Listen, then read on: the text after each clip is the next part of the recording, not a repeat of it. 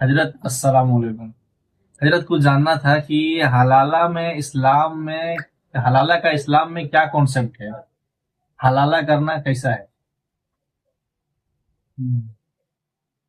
وعلیکم السلام ورحمۃ اللہ وبرکاتہ. حلالہ اسلام میں کب کرنا چاہیے، اس کا کانسیپٹ کیا ہے اور حلالہ کیا ہے؟ حلالہ در حقیقت میں اگر حلالہ کا اصل معنی لیا جائے تو کسی چیز کو حلال کرنا ہوا ہے، یعنی حرام چیزوں کو بچا کر کے حلال کام کرنے کو حلالہ کہتے ہیں.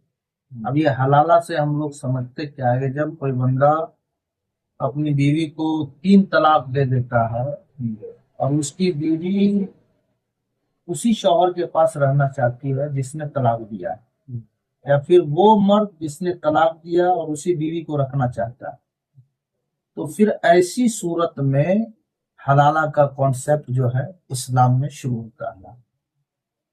حقیقت میں یہ ہے کہ حلالہ کا مطلب یہ نہیں ہے کہ اس کی بیوی کسی اور سے شادی کرے اور شادی کرنے کے بعد جس سے شادی ہوئی وہ فوراً طلاق دے دے اور پھر عدت گزارنے کے بعد جو ہے اسی پہلے مرد کے نکاح میں آ جائے.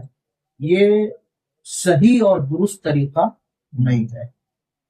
اسلام میں صحیح اور درست طریقہ یہ ہے کہ وہ لڑکی کسی دوسرے مرد سے وہ شادی کرے گی، یعنی نکاح کرے گی.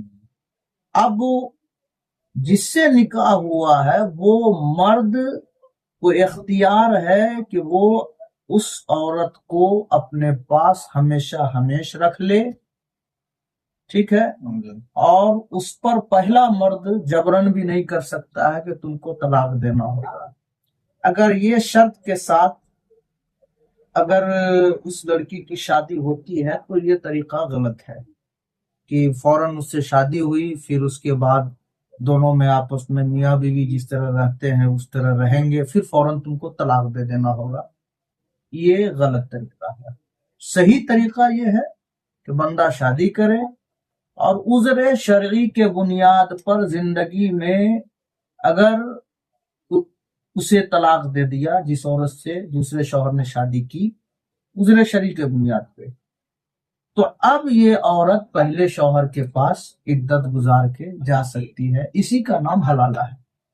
فوراً نکاح کر کے دوسرے مرد سے رات گزار کر کے صبح طلاق دے دینا اسلام میں یہ درست نہیں ہے، اور حلالہ کا یہ کانسیپٹ بالکل نہیں ہے. بلکہ حلالہ کا کانسیپٹ یہ ہے کہ دوسرے مرد سے نکاح کرنا، اسی کا نام حلالہ ہے. جی ایک سوال اور ہے کہ مان